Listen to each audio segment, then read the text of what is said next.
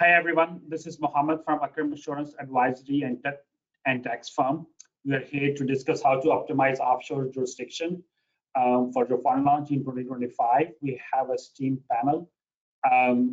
Heather is going to moderate, and James and Philip are going to join. Heather, to you, before we start, I just want to do the housekeeping items.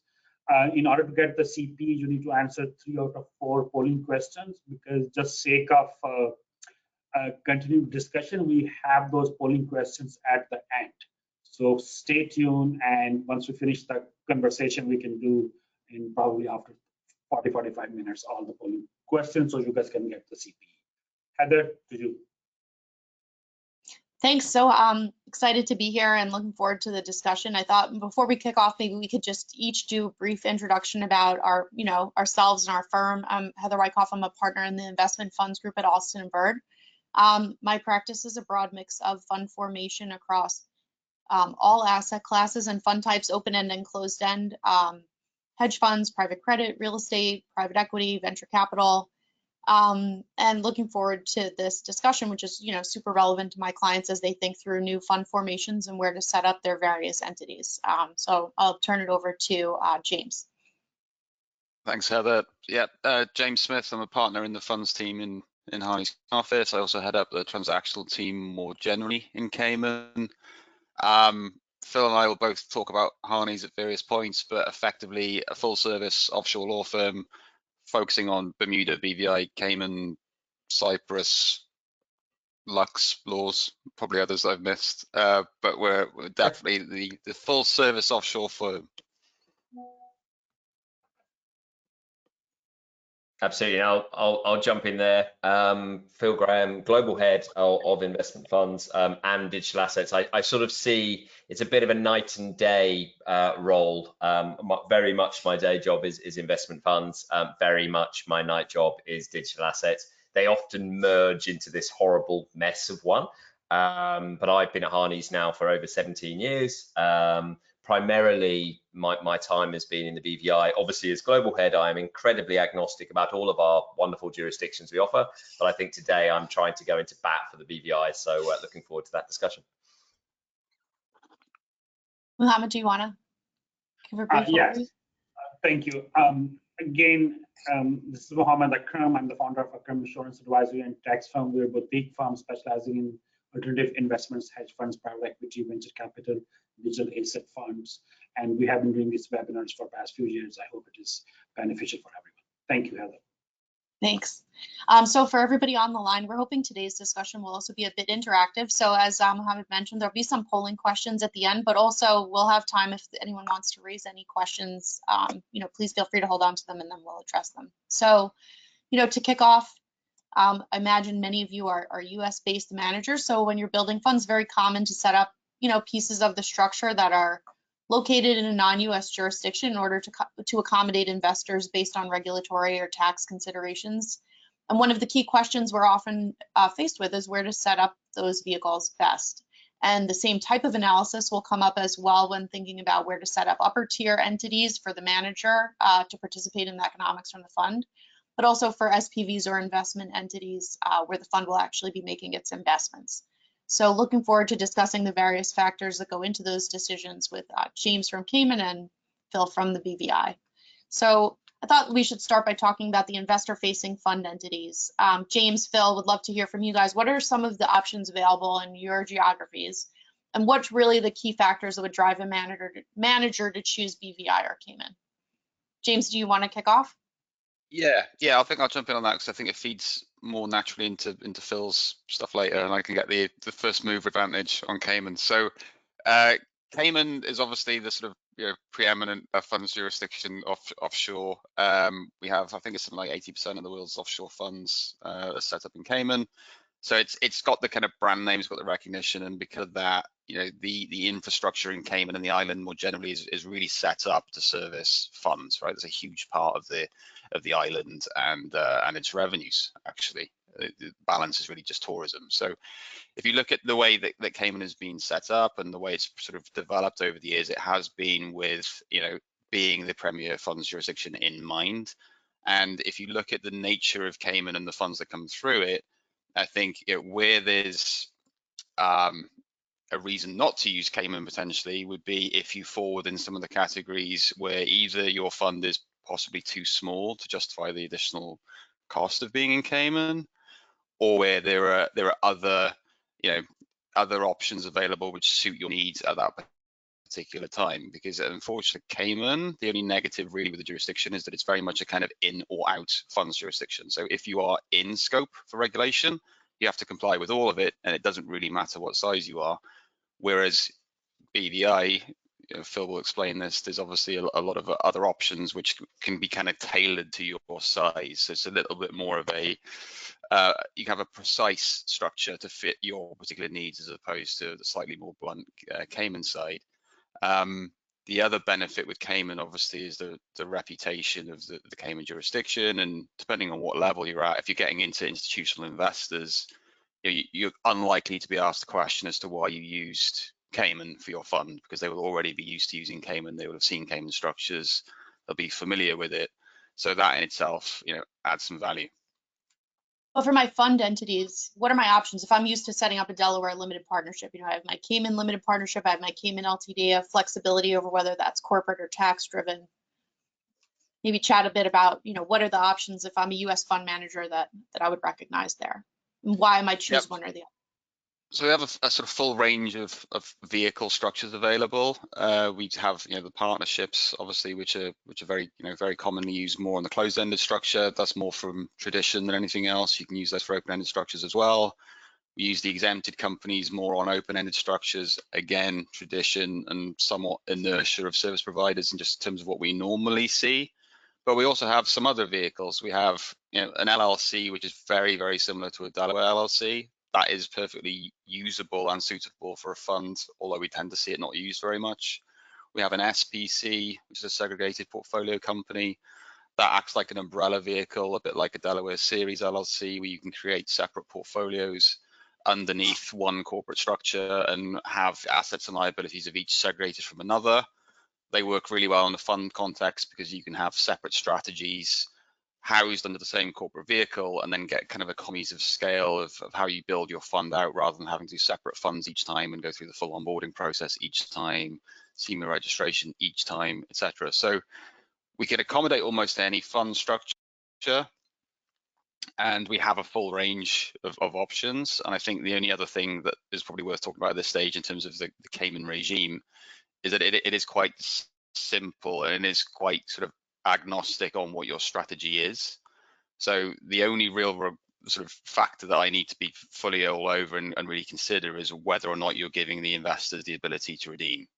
And that to some extent is driven by what your strategy is and the liquidity of the assets you hold.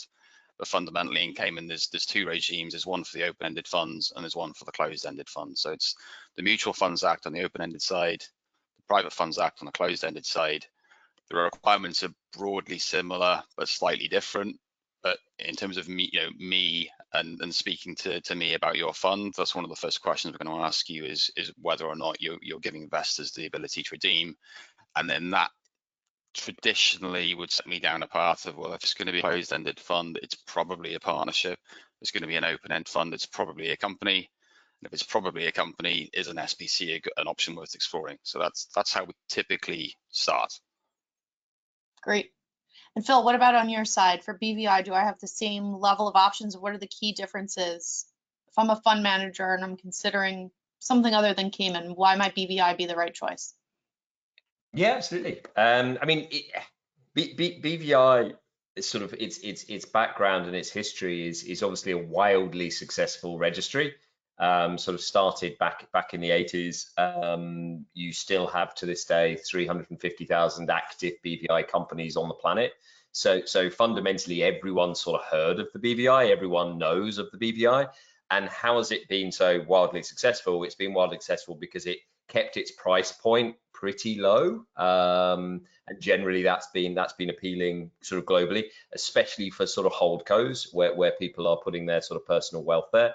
But it also has a highly flexible bit of legislation, and way back in the 80s, actually Harneys was involved in sort of drafting the initial legislation to get it off the ground.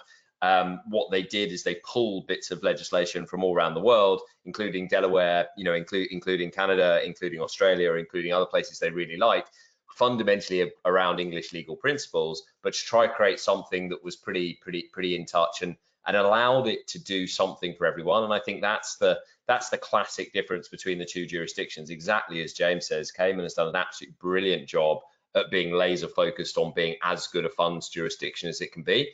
BVI has always tried to be a jack of all trades, absolutely, and it really does try to appeal to every single reason you might need an offshore vehicle in some way. And we always describe ourselves as really the plumbing, the sort of the glue that tries to make the sort of world finance work. And where you need some reason, there's a whole bunch of reasons you may need offshore vehicles.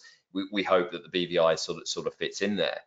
On the fund side, the actual sort of regulation began back in '96 and was a pretty modern looking bit of kit back then, and we've evolved it over the years. I think classically we've had to really focus on when Cayman took this real market position, BVI had to then pivot slightly, and rather than go toe to toe with Cayman, actually accept its role slightly in the offshore landscape.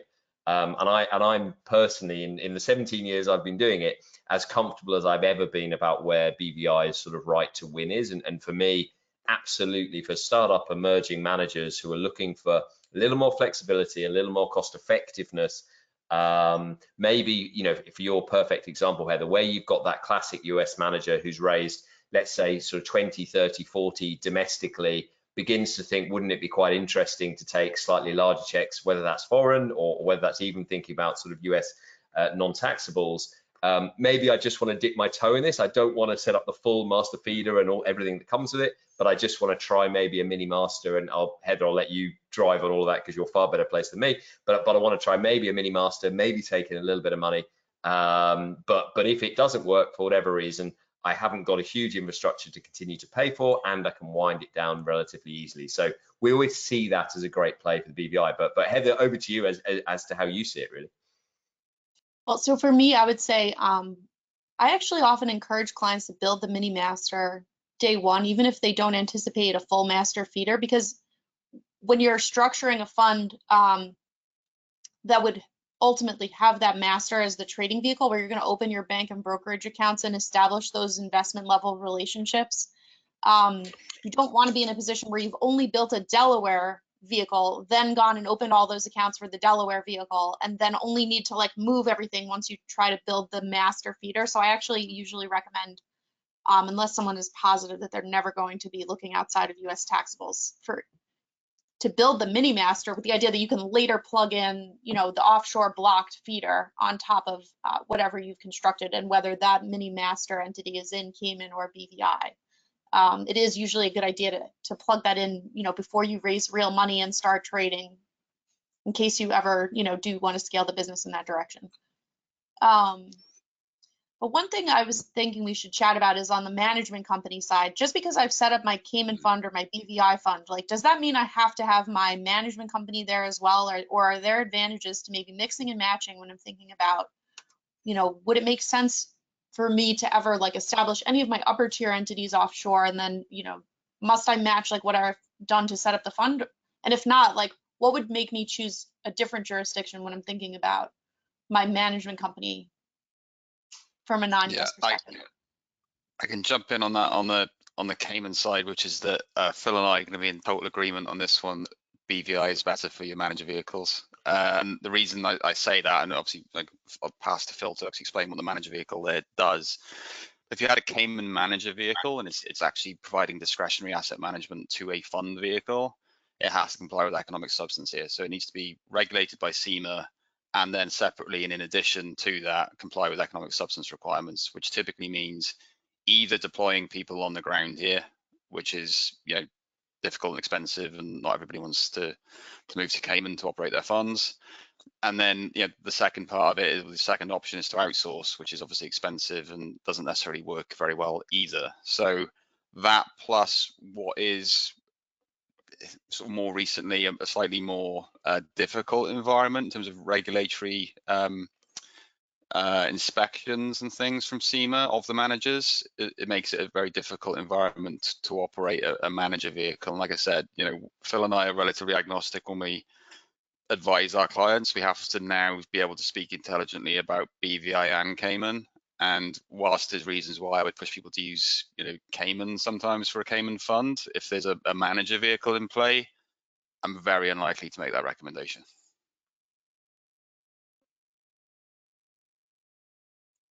And I think from we'll talk about what the manager is. yeah. I mean, from the BVI perspective, obviously we have a certain type of vehicle that we think is well placed. Obviously, to sort of slightly step back into your actual question, Heather, but both jurisdictions squarely do not need you to have an offshore management vehicle, and on the vast majority of occasions won't. Right. And especially if you're a US person, there's very little reason. My management company is going to be like a US entity, right? And so I'm just registering a foreign entity in order to set up my ultimate fund entity. But let's say I have, client that's non-US and doesn't need the manager in the US and maybe wants to keep it outside of the US. In those instances, it sounds like BVI has some advantages over Cayman, like at the for upper tier active, management businesses. Yeah, it does, and the primary aspect is exactly as James said, is the sort of economic substance piece. And when that legislation came in, it came in across the globe. Sort of every sort of jurisdiction of a similar type had to look at this and felt that potentially investment management was going to be a challenge. BVI structured it in such a way that made certainly sort of, again, for startup managers of a certain size, it actually be quite logical that BVI would be your choice. It's a very flexible license that allows you to not only manage your offshore funds, but allows you to manage potentially funds elsewhere, and also allows you to do managed accounts. And I'd say, of all the conversations we have with people about the BVI as a jurisdiction, the approved manager, as it's known, is probably the most common because it's such a flexible, useful product. Again, relatively cost effective. In terms of timeline, which is always the thing everyone wants to ask, you can probably get it done in sort of 4 to 5 weeks with a fair win behind it. So it's a pretty flexible license. And for more and more people, as I'm sure you found, Heather, more and more people are becoming a little more nomadic in what they do. That they're less fixed in terms of their sort of personal geography. Their teams are certainly less fixed in terms of all being in the same office together. And in those kind of scenarios, again, using an offshore vehicle to sort of be your central hub, to allow for the fee flow, to allow for contractual relationships and other things, becomes pretty logical. So certainly we see the BVI approved manager as one of the most popular products we have today. Is there any sort of theme of where the principals of those businesses are located geographically, or is it more of a wide variety of sort of non-US folks setting up the management entities in the BVI? It's a wide variety. I mean, in the sense that you always, and I think this is one of the misnomers about using offshore vehicles, is almost some people come to us and sort of say, I just set up an offshore and I just get an offshore license, and then I don't need to worry about anything else. I've now got a global vehicle that can travel the world and do whatever it wants. And we're always the first people to say, no. It is always incredibly relevant where you're actually physically based. It's always incredibly relevant where your investors may be based. It's always incredibly relevant where your assets that you're actually trading will be based. And so, yes, we can give you a neutral vehicle to allow you for tax neutrality. So for a great conduit vehicle, and allow you to have that base to get started. But you've always got those local considerations. And obviously, Heather, from your perspective, any US person is always going to be thinking about US regulations, is always going to think about how they can operate, and whether it's the obviously SEC or CFTC or whatever they might be doing, that they've always got the sort of local regulations to consider. And that's the same largely across the globe. Yes, there are some nations and some regions that make life a little more straightforward.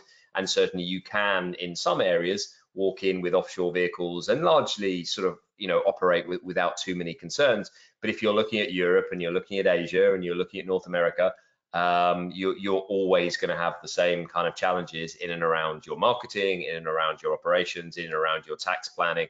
So it's always critical that your onshore counsel, frankly, is still front and center of the conversations, because what we cannot do, we can give you a nice little package of an offshore thing, but what we cannot do is give you that real expertise. And frankly, it's that real expertise locally that's going to make sure that you're a success, or frankly, you're then facing fines and penalties and a real disaster down the line. So working with someone like you, Heather, is absolutely critical to make sure that these things hold together. Thanks for that. Anything to add there, James, on the sort of upper tier?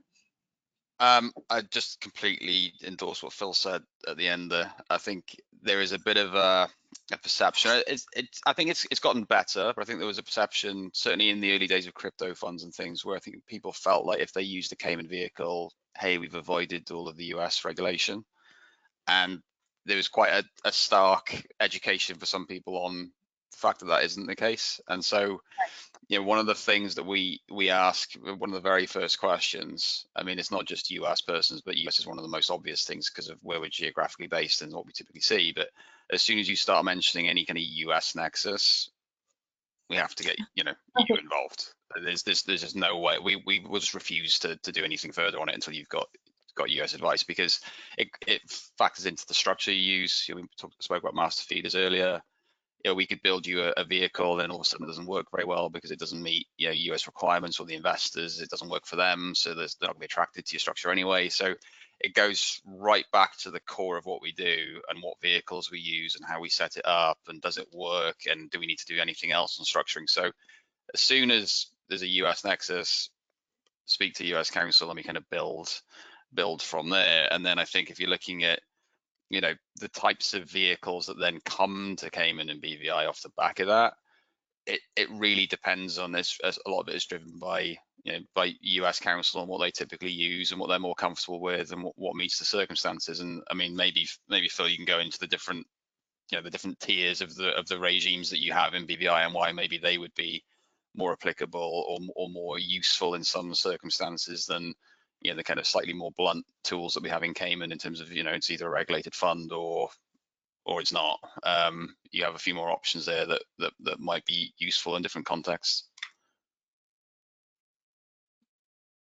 Yeah, happy to. I mean, I think Cayman does it exceptionally well in the sense that it almost sets the bar for me. Is how Cayman, if you're willing to go through the Cayman process and with SEMA and all of the bells and whistles that you need to get over frankly, you're a serious fund taking your, and wanting to do the right things in the right way with the right infrastructure.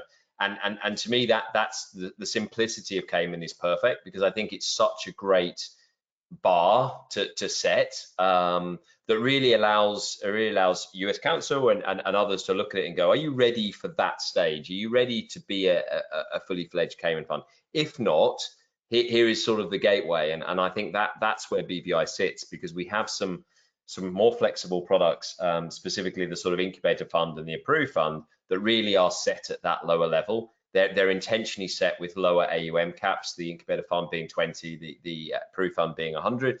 They're intentionally set with a finite amount of investors, both of them 20, with a reason really that once you get to any of those thresholds, you're probably ready to start doing something else. You're probably ready to start the next stage in the building blocks.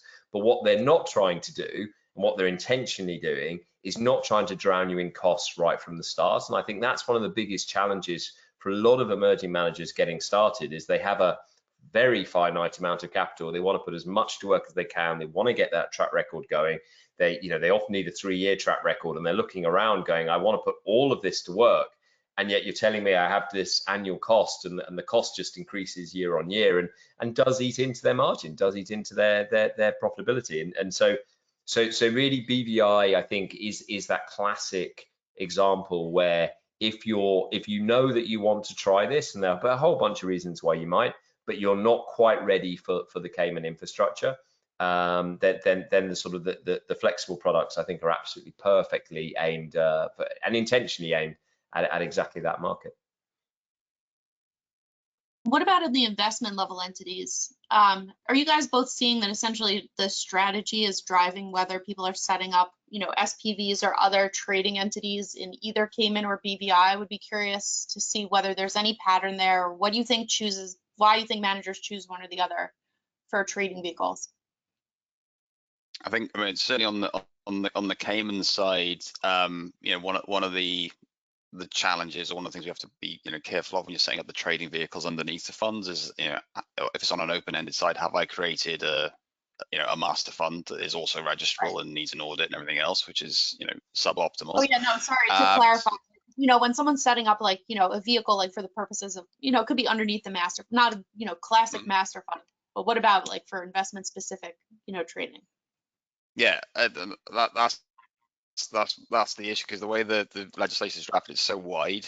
Actually, you have to be careful that those don't subsequently accidentally fall in.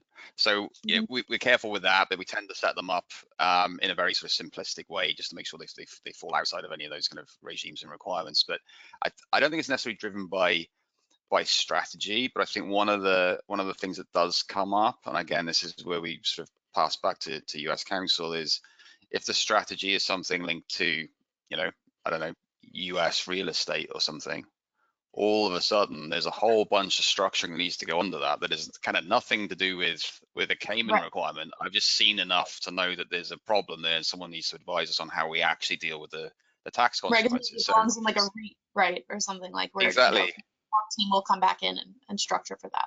Right. Exactly. And do we need some kind of leverage blocker vehicle or whatever, you know, however that works, you know, we're kind of seasoned enough to have seen, you know, where these things kind of apply, but obviously we can't advise on what you need. We just know that you need to speak to someone else to get that advice. And so that's one of the ways that the strategy kind of impacts that level of the structure. And then there's other things. So part of my practice is I do a lot of work for Brazilian managers, for instance. So with Brazil specifically, you know, assets coming out of Brazil can go through Cayman, no problem. Right. Going back into Brazil, you don't go directly through Cayman. Right. So I know that because I do that a lot. Whereas if I'm a regular, you know, Cayman fund attorney, yeah, we can set up a fund for you that can invest into Brazil, no problem. But there's levels underneath where there are issues. Yeah, what they'll tolerate is a bit of a moving target, and I know you and I have like chatted about that in the past. Yeah, yeah, exactly, and I know that's an area of focus for you as well. So like this, there are things linked to the strategy which go far beyond the kind of our requirements, but obviously being kind of experienced professionals, we know that there are other factors that come into it which would affect whether or not you use Cayman, even if it's not a Cayman issue or a BVI issue. Right. I think that's something that's an experience point that I think some people take for granted, and I think it's something that people need to be on the lookout for, and that's why you can't necessarily shortcut the advice that you need, and it's much better to define the right path and then walk down that than to start halfway down a path and have to change course. Absolutely. What about you, Phil? On BVI, are you guys seeing any patterns on the investment level entity side? I've managed to spend 30 minutes, which I think is a record, not talking about crypto. So I will at that stage slightly go back to crypto. And obviously we have seen an awful lot of sort of crypto and generally digital asset work in the BVI for a whole bunch of reasons, and we can get into that. But certainly, you know, one of the challenges a lot of people in the sort of crypto fund space face is in relation to access to underlying exchanges and other counterparties, getting access to some of the deals that are taking place, whether that's sort of safes or SAFs or token launches in a whole variety of weird and wonderful ways, but fundamentally having to structure something that gives them as much access rights as possible. And I think you've seen, I mean, for those of us that have been through the cycle, we did our first crypto fund back in 2015, so we're now 10 years, which I think means I've done about 5 cycles of crypto because it's ridiculous. But through the cycles, everything becomes a different flavor of the month and different structuring. Obviously, more and more we see hybrid funds where people are seeing venture opportunities, they're seeing, you know, highly liquid opportunities, and they're wanting to mush it all together. And we then, all as fund attorneys who know these different worlds, are desperately trying to get our heads around how you make a sort of bit of open-ended and a bit of closed-ended kind of fit together. You've then got Paul Mohammed trying to work out how on earth, from an audit perspective, you try and get your mind around trying to deal with these hybrid funds, and the admin's much the same. So we're all kind of in the same boat with crypto, coming up with almost brand new vehicles to some degree as to how they need to work and how they need to flow. And I think that's been something we've worked very hard at. And then doubling down on that, you've seen in the last few years, especially, although it feels like people have been talking about them forever, but in the last few years, especially, you're now seeing tokenized funds actually genuinely coming to market.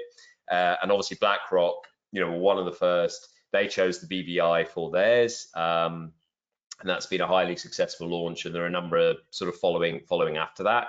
And I think when you look at BIDL and you look at the tokenization, and certainly that world is not slowing down, and you look at then combining that with the real world assets, the RWA stuff, especially real estate, getting into James's point, there's a whole bunch of other, it's funny, there's a whole bunch of brand new considerations when you're looking at these types of structures, but you always have to bring people back to first principles as well of what are we actually doing here, and are we looking at securities, and are we looking at all the regulatory overlay that you still need? All the TradFi stuff still exists. We've just got to find a way to sort of mesh it into this new world. So I'd say that is, again, as a topic of conversation, I mean, that's one of the most popular topics of conversation we're having at the moment, is how do you bring all of these old world structures and these old world concepts into what is absolutely, it's very exciting, but it's slightly cutting edge. And by cutting edge, I make it sound more sexy than it is, which is largely making it up as you go along and desperately hoping that you're right. So that's definitely something we're seeing an awful lot of at the moment. I mean, I think in our space, it's been clear. There was just actually a recent statement by an SEC commissioner on this point that essentially tokenized securities are securities. But is there any interesting legal or regulatory developments on that front on your side, or even for digital assets generally? It'd be great to hear from both of you around the regulatory framework. James, I know in Cayman also there's been some recent developments there. Yeah. So on the Cayman side, actually, and this is quite an interesting. It's almost like a new sort of battleground between a few jurisdictions. So you've got kind of Bermuda, BVI, Cayman, all kind of competing for that, that US centric kind of, tokenized aspects, and we're all kind of doing it in different ways, and we're kind of plugging different parts of that sector. But in Cayman recently, they reacted very, very quickly, actually. So we've got the Virtual Asset Service Providers Act, which kind of governs most things related to crypto, to be honest, any kind of crypto type services. And there was a period of time where there's a bit of uncertainty about whether a regulated fund that's with SEMA, if they then start to tokenize their interests, what does that look like? Does that mean they're a VASP? Do they need to register? Do they need to get a license, etc.? And they've actually just clarified that a tokenized fund that is registered with SEMA does not need to separately register with the VASP Act, which makes life much easier for us as professionals because it's a very clear rule. And so basically, from our perspective, we are open to tokenized funds, whereas before we can have these slightly odd concepts of maybe it's like token enhanced, where there's effectively a receipt which is represented by a token, but ultimately it's still a traditional share. Now we can actually go to the full sort of tokenization of funds. So I think, as Phil said, BIDL started in BVI. They seem to have set off a whole new wave of interest in tokenized funds, which is always, every few months we'd always get an inquiry about a tokenized fund, and then we kind of go, well, why? What does it really get you? There's all these additional hassles, all these additional regulatory risks. Liquidity, secondary market, is there really a secondary market? You've still got to onboard people. How do you deal with those AML challenges? All of that stuff. And now people have kind of found a model that has worked.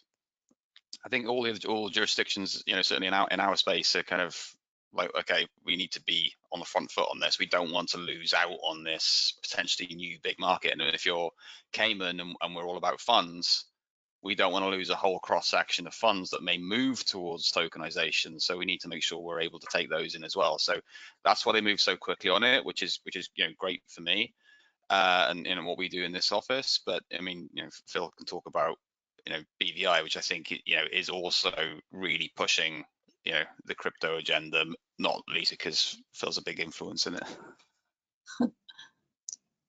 Yeah, I mean, I was fascinated to read Hester Pearson's comments yesterday because they read incredibly well, but it was almost a kind of, yeah, sure. It was a clarification on a position I think most people kind of thought we were, and absolutely people were taking maybe a different skew on it, and maybe trying to bend things that weren't necessarily there, but I think that clarification, and generally, under the new administration and everything else, I think life is becoming simpler. I don't think it's fully there yet, but simpler for sort of crypto operators in the US to operate, and that's great.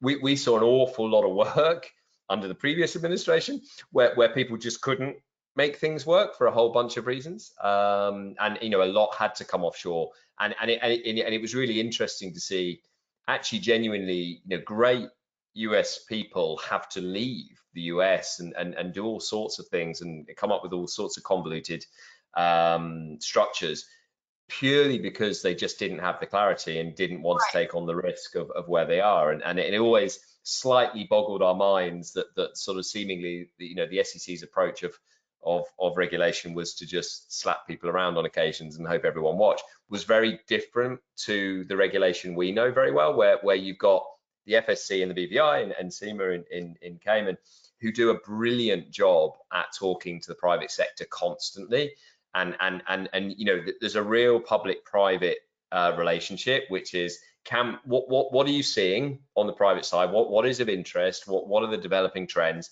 How do we make that fit? Obviously, always looking at international standards and what is required, and making sure the jurisdiction conforms. But how do we flex what we already have to make sure that you in the private sector can obviously go at as much sort of business as possible? So that form of regulation has been incredibly successful on the crypto side, frankly, because they've always been open for business. They've always been willing to have a sit down and just a conversation around what we're doing. And way back in the day, there were very complicated questions about custody and safekeeping, and you couldn't use the traditional custodians you would use because that wouldn't make any sense for some of these assets. So explaining to them cold wallets and explaining to them why that actually might be the best way to deal with this, was something they were open to a conversation. Explaining to them why an in-kind contribution, using crypto to actually buy into a fund, and getting the great admins to really understand why that was still compliant with AML KYC, was a conversation, again, that both of our regulators were really used to and wanted to have. And I think other people struggle with that. So I think both of us are blessed by the fact that we have regulators who are really open-minded and willing to sort of look at the latest wave. So we're really excited. I think CIMA's latest statement on VASP is right, is the right answer. And I do expect Cayman to flourish. But BVI has done exceptionally well in the space, and I do think will continue to do so. Yeah. But what happens if it turns out that, I've tried to make my good decisions along the way, but I've picked one jurisdiction, but actually want to switch to another one? How hard is it for either of you to, re-domicile an entity in one or the other if a client is, reconsidered and feels like it would be more efficient to switch? Is it easier to set up something new, or is it easy enough to move? It is actually easy enough to move, and we've done this, quite a lot actually, and we've done it both ways. But I'd say that there's a good reason you would do it, and there's a bad reason why you might do it. And the bad reason tends to be you haven't raised as much as you hoped. You're in Cayman, you've got a very high cost base, and maybe your fund's closed ended. You can't raise additional capital. It's just not going to work. At that point, moving to BVI is usually a very good option. You may be able to cut out a huge amount of costs. You may even be able to cut out the audit requirement. There's some elements there about dealing with investors, and maybe it's a contractual requirement to deliver an audit, not just a regulatory one. So you need to get some consents there, things like that. But as a process, we've done that quite a lot, and thankfully, when you've got offices in both of those jurisdictions, you can really control the process and have the same team overseeing both parts of it. So it's less disjointed than it could be if you had two separate firms doing it. So we've done that a lot, and I think if you were to look at the cost of doing that, it's probably your first year's cost savings is what it would cost you to move, and then the rest of the term you would be saving. So it generally has worked quite well for our clients. We've done that pretty hassle-free for most of them. I think there are good reasons why you may want to move as well. That tends to be going from BVI to Cayman, where you've outgrown maybe the approved fund threshold. You've hit your 100 million. And maybe now you're thinking, right, I'm up to a new level. I'm going for a new level of investors, and maybe they want a Cayman fund because they're more used to it. We've done that. I'd say, we do that a lot less than the other move. I think, because you can stay in BVI. There's no reason you have to leave BVI just because you've reached the threshold. You just go up a level in regulation. And I think people are much more comfortable with BVI as a fund jurisdiction now than maybe they were 20 years ago. It's much more common to see BVI in structures now, and certainly part of our job, and part of Phil's job and my job is to be able to talk about both, because when we speak to our clients, they need to understand the interplay between the two, and we're not as kind of directly competitive as we used to be. I think it used to be I'm either going to have a Cayman structure or a BVI structure, and I'm kind of picking my team and I'm sticking with it. And now it's very much kind of, well, with where you're at right now, maybe BVI makes more sense, or maybe Cayman makes more sense. But actually, if that doesn't work out, you can move back, or maybe you have your funds here and your manager here. So there's a lot more interplay between the two, and I think they're much more complementary than competitive, though. Right. Phil, same on your end. You or back? Yeah, well, I agree with everything James said. I mean, the huge advantage we have is that both bits of legislation are fundamentally very similar, and so the legal construct between moving a fund, while sounds a bit weird and wonderful, is actually very straightforward. And continuation, as we describe it, redomiciliation, as others describe it, but fundamentally doesn't change a great deal. And so I think for a lot of people, they get nervous about does it trigger any sort of tax events? Does it mean I have to go and get a sort of suite of investor consents? Does it mean that fundamentally I need to stop operation while I go through this sort of process? It almost certainly doesn't, in terms of giving you any material disruption. All of your counterparties can stay exactly where they are. All of your relationships stay where they are. In terms of looking at what is the legal effect, once you land in the new domicile, it is as if you were always in that domicile, and you continue trading accordingly. So it's a pretty slick and smooth process. And I have to say, for a lot of, again, the smaller clients getting started who are on the edge of, should I do Cayman, just because it's that extra sort of level. We often do say, look, it's a good problem to have. Start with the approved fund, for example. You hit that 20 investor, you hit that 100 million. At that point, it's a very logical, in terms of always thinking about the optics to investors, it's a very logical time to go, do I continue in the BVI, as James says, do I easily move across to Cayman at that point? When I am looking, maybe I'm moving certainly away from friends and family, maybe even away from high net worth, so I'm beginning to look at family offices, I'm beginning to look at more institutional investors. Is that the right time to do it? And you can tell a story, and so much about fundraising is telling a logical story that resonates with investors. And I always think, and we actually went through this a bit, I always think that if you as a fund manager can say, what I was doing was keeping the costs as minimized as possible, so that A, I could put everything to work, but B, those costs come out of fundamentally your return. And so I was really trying to keep the cost base as low as possible to maximize your output. We now think to go to the next level, to get the bigger checks, to have everything else, we're now going to move to something else. I always think that resonates well with clients. And we had a stage, especially around the sort of private fund introduction, where it almost pivoted, and we almost had some managers begin to question, actually, is choosing Cayman an additional expense the wrong answer? Are investors going to begin to say, hang on a sec, why are you spending that amount of money when there's only 4 of us in that and we all know each other, and why are we spending on Cayman infrastructure? And so I think as long as you can tell a good story about why you're doing what you're doing and go through that DDQ process and everything else, I do think you've got the absolute flexibility of both, and it is a reassuringly straightforward process. Great.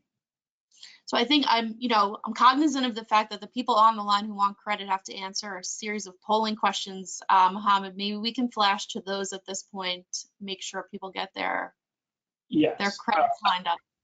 So I think the way we're going to do is, I think we can start the polling questions, and then I think I have 3-4 questions. I'm not sure we can all take all, but I think we can start. Okay. Great. So which type of BVI fund is going to be best suited for a startup fund manager looking for a fast and low cost launch? Pop quiz.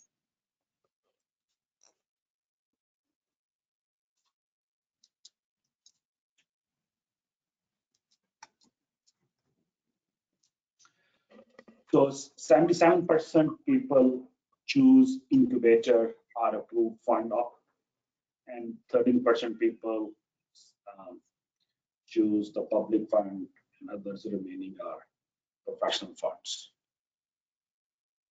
I think the correct answer is the second one, right? The incubator are approved. Okay. Next All one, right. next poll, please. Let's see, what's the one key reason that fund managers choose the BVI for fund launches in 2025? Is it tax neutrality and investor-friendly regulations, high barriers to entry, and strict capital controls, or requirement to domicile all the investors locally? So great. Seems like you guys have done fantastic job. 100% people. Great options. Bill, do you want to? The first option. I was nervous there for a bit, but that's good to hear.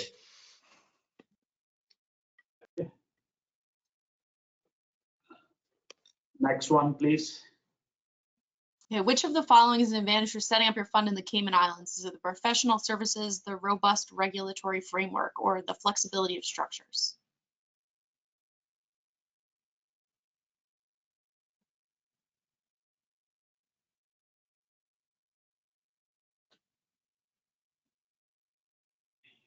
Here is almost divided. Almost 50%, 52% picked robust regulatory framework, 20% with professional services, and remaining 30% are flexibility of structure. So, James, can you tell us which one is the right answer? I think actually they're all the right answer, to be honest. I'm slightly biased. I expected more on the professional services side, which is a shame. But no, I think for me, I'd probably say it's the flexible structures. Probably, I think that when you start using the word robust regulatory framework, I don't want to imply that it's like overly cumbersome, because that is, if anything, that is a negative with Cayman, is that it is a little bit binary in terms of you're in or you're out. So I'd say the flexible structures is probably the main one, but you could actually argue any of those. I would have said the first one, actually, just like from an outsider's point of view. I would have thought it was the professional services. I would have said, I think there's like just like a, there's this sense of like when you go to Cayman, it's like you recognize sort of the admins, the audit, they're not the same law firms, but you recognize the law firms, and there's this sort of. Well, I hope that's the perception, Heather, of you using Cayman Council. What we're doing, but I think it's like, I think that is a real selling point for Cayman. Like I said, I mean, at the top of the hour is everything in Cayman is geared around funds or tourism. So everyone here is either selling coconuts or selling funds. So this is what we do, and I think people are here for their whole careers doing nothing but funds, and you can see that in the level of experience you have in service providers on the island. Everyone from attorneys, administrators, professional directors, and kind of everything in between, including the regulator, right? They actually understand funds. So I guess everyone gets a point for that one. One thing you forgot about Cayman, which offer, is the rum cake, and rum is the great. This is what I. Well, the is to get the guy with the coconut. I don't give the wrong impression, Mohammed, that we're sort of sat on the beach eating rum cakes. That's just weekends. Okay, let's go for the fourth one. Okay, which jurisdiction would you? This is such a loaded question. Which jurisdiction would you prefer for your fund law, Cayman or BVI? Let's see who did a good job. Oh my God! Oh, moving around. The James or Phillips, but it seems like Philip is winning by 70%. Wow. That's a landslide. BVI is well done, Phil. I appreciate it. Right. Okay. I'm really disappointed that no one wrote in the United States. So these are a few questions I have. I think I would go for one. The one which is here is with SEMA's recent emphasis on timeliness, how strictly are they currently enforcing the deadlines for private fund audit submissions? And have you seen any trend of increased regulatory follow-ups for late filings? I think I would say, they're definitely more proactive. I don't think they're necessarily jumping into fines, but they are finding things much more quickly than they used to. So for instance, you could go 3 years historically without filing an audit before you were ever told that you were late. I had a client that experienced that recently, and they they would have been paying their local auditor to do the audit, and they had been doing that, but they hadn't been getting the Cayman sign-off and getting it filed with SEMA. So they hadn't actually realized it hadn't been filed, and it took 3 years for that to actually be brought to their attention, which they were amazed by. They were, how could we have gone this long with no one telling us?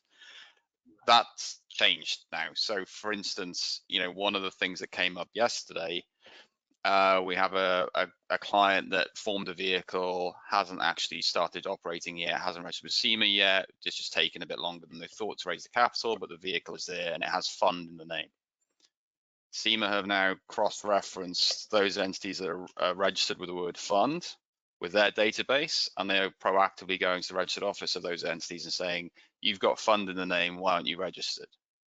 Now, that's not an issue. We haven't started trading, we're not a fund, it's explainable, but that shows you the kind of level of proactive enforcement that they're looking for. But at the same time, my experience of dealing with SEMA when you have either a late audit or something else is, as long as you can go to them sensibly with a plan, which you can stick to, and you keep them updated with, this is the reason why it's late, these are our deliverables, this is what the auditor has said to back us up on that, this is why it's late, and this is our plan to remediate it, they will work with you on it. So they're still sensible, they're just more proactive. Thank you for your answer. Okay, now here is how do BVI and Cayman regulators currently view auditors' responsibility in relation to fund level AML and CFP compliance? Should auditors validate service providers' AML controls? Oh, that's not right, it's more technical, but yes. What do you guys think? Any enforcement by the regulators regarding the AML compliance? Do they, if they found some issues, do they go for which service provider? The question I think he wants to ask is, if there's some issue with the AML, people somehow should not be in the fund, but they are, should be, who will be on the hook? Auditor, fund admin, directors, all of them, or none of those? From the Cayman side, it would still be the fund. Everything comes back to the fund. Now, obviously, the fund has multiple ways it can comply with the rules and the AML regs, and it can either try and do it itself and have its own policies and procedures, but 99.99% of cases, they're relying on the administrator and their policies and procedures. So they will have effectively outsourced that function to a professional, and we would have checked their AML policies and procedures and got comfortable with who we're dealing with before the fund engaged them. But if there is an issue, it is the fund's obligation. It will come back to the fund, and then if there's some kind of, either reckless disregard or some kind of, wrongdoing, intentional or otherwise, by the directors in respect to that, then they could be personally liable as well. That would be extremely. For managers in the U.S., like there's new AML requirements that are directly applicable to investment managers that are going into effect in like 6 months or so from here on out. Right. So there will be kind of direct responsibility for that. Go ahead. I'm sorry, Phil. Go for it. I'm sorry. I was purely going to sort of talk about both domiciles sort of have the concept of MLROs as well, money laundering reporting officers, which can often be provided by the fund admin, exactly as James said as well. And one of their principal obligations, if anything a little weird and wonderful comes up during the investor onboarding process, some form of red flag, they have an obligation to report to a regulatory authority, not the FSC or SEMA, but a different regulatory authority in the domiciles that something's come up, and those regulatory authorities will then investigate and will then go through a process. So this type of thing is absolutely looked at, and indeed, we have seen some enforcement. So exactly as Heather and James have said, this is something, AML is critical. I think the US is, with the greatest respect, slightly catching up on this side. It's kind of interesting to see these new concepts coming up that it feels like we've been wrestling with for a long time. But fundamentally, it's going to be critically important going forward. And yes, regulators are going to be carefully looking at it. But there are defined processes as to how it's dealt with. But sorry, Heather, really interested actually in your insight as to how the US now looks at this, really. Well, there will just be like a variety of new obligations for investment managers that they haven't traditionally dealt with. So for example, like SAR reporting is going to be new for managers. So at this point, clients are kind of taking a look through their policies and procedures and making sure that they're prepared, in advance of the compliance date to be on the lookout for things. And understand their new obligations. It was a long Is there time any coming. I nervousness feel like, around you know, that, do AML you for think? managers had been like proposed in many forms for, you know, probably, you know, significant chunk of my career, but it's been interesting to see it finally go into effect. Is there any nervousness around that, Heather, from a, you know, the sort of investor relations perspective? Because I remember in the early days of the laws changing in Cayman and things getting much more formalized with AML and becoming much more detailed and more intense onboarding processes and longer subdocs and everything else. There was a real fear for a lot of the managers that we're just going to make ourselves, you know, difficult to invest in. Is there any sense of that with the US managers now, or they just, this is just the world we live in and everyone's kind of gotten used to it because of the offshore piece? They're all Yeah, well, because of the, I mean, that's what I was about to say, because of the offshore piece, right? A lot of times when we're setting funds up in the US, like if they have offshore components, we're building in policies and processes in order to like collect the information we need, or, you know, what have you, in order to make sure that it works from a Cayman AML perspective, for example. So I don't think that's where there's a lot of new friction expected. I would say that there's a lot of distribution now being done sort of on high net worth and retail channels of private funds. And sometimes there, you know, if you have very strict versions of like where you have, you know, a range of what you could do on the AML side, like to the extent that you're more strict with those platforms about what they can do in their access funds, you know, that can lead to more of a fundraising challenge for you, because then, you know, others on the platform who, for example, have a wider range of countries they can accept investors from will just naturally attract more AUM. Yep, makes sense. Another questions by that is it required to get the extension if you don't submit things on time with BVI Services Commission and SEMA? And what is the rule, right? Should we, fund manager should reach out to the law firms over there and they should submit that extension? Yeah. So on the Cayman side, the extension of time process only really applies to filing your audited financial statements. So there is a defined procedure for doing that, and you're able to apply for up to 3 one-month extensions. The third monthly extension tends to never be granted, typically because there's usually not a reason good enough that's acceptable to SEMA as to why you take 3 months beyond the filing deadline. For other things, there's no prescribed process for applying for extensions of time to file things. What there is, though, is in the sort of corporate governance rules and policy statements around that, is there is a proactive obligation to flag to SEMA if you are going to be in breach or if there is a breach. So that naturally means you're just keeping them updated of, we missed this deadline, but we are dealing with it, and this is how we're going to deal with it, and this is when we're going to deal with it. So our approach with SEMA, I think the right approach with SEMA is to just be very upfront, and they will work with you, because, you know, people understand that, you know, working in the investment fund space is not necessarily that straightforward, and things happen and things get complicated, and you need information from underlying funds, or, you know, there's reasons why you can't do things that you would otherwise be able to do. And so the key is not to kind of bury your head in the sand and hope for the best. It's to just proactively front up with SEMA with your plan, and then give them something to consider, and they will work with you on it. Awesome. Same rule, Philip, for BVI FSC? Yeah, pretty much exactly the same answer. The sort of extension for submission of the audit is a very similar process. Always please tell us beforehand. Where clients run into challenges is when they tell us on the 15th of July that they missed the deadline. That becomes a very different conversation. But even if you tell us on the June 30, we can probably still get something in. And certainly, as James says, that first 3-month extension is, as long as there is a reason for it, is relatively straightforward. Anything longer than that begins to become a bit more of an involved conversation, and we'd need to hear from auditors like you, Mohammed, as to why that's happened. And you see that more and more with the sort of esoteric assets or fund of funds where they just haven't been able to get the underlying information.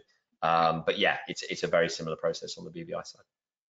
On the fund formation side, right? That's why we always try, you know, pretty hard to keep flexibility to deliver things contractually on a basis that's as soon as practicable after a regulatory deadline, because there can be flexibility to avoid the regulatory violation. So we don't want to create a situation where we have flexibility to avoid a regulatory consequence, but now we're in the middle of a contractual breach because we've agreed to some firm deadline that, because of circumstances outside of the manager's control, we weren't able to meet.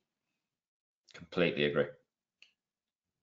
Okay, I'm not sure. I think one of our colleague or someone asked this question, but the question is, when evaluating economic substance compliance in BVI or Cayman for fund managers using nominee directors, what level of evidence or documentation do regulators expect to obtain?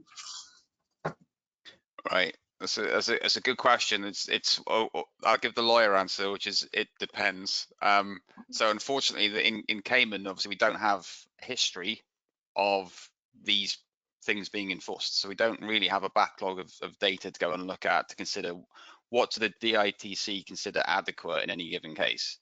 And I think what's difficult is we don't really have any clear definitions to use, but it has to be adequate by reference to the level of relevant income you generate. So the higher the fees you generate from providing that asset management service, the more substance you're required to have. But what that looks like, we don't know. What they consider to be adequate in any given circumstance, we don't know. How they expect to be able to determine, based on, them receiving a form each year in the DITC, what is adequate for your business in your particular context. I'm not sure how they're supposed to work that out themselves. They obviously outsource it, but I haven't seen anything come back on an investment manager vehicle. And I think realistically in Cayman right now, for sure, there's just lower hanging fruit. There are people that aren't even filing returns. There's people that are just not complying with any of the deadlines. So they are the ones that are being looked at first.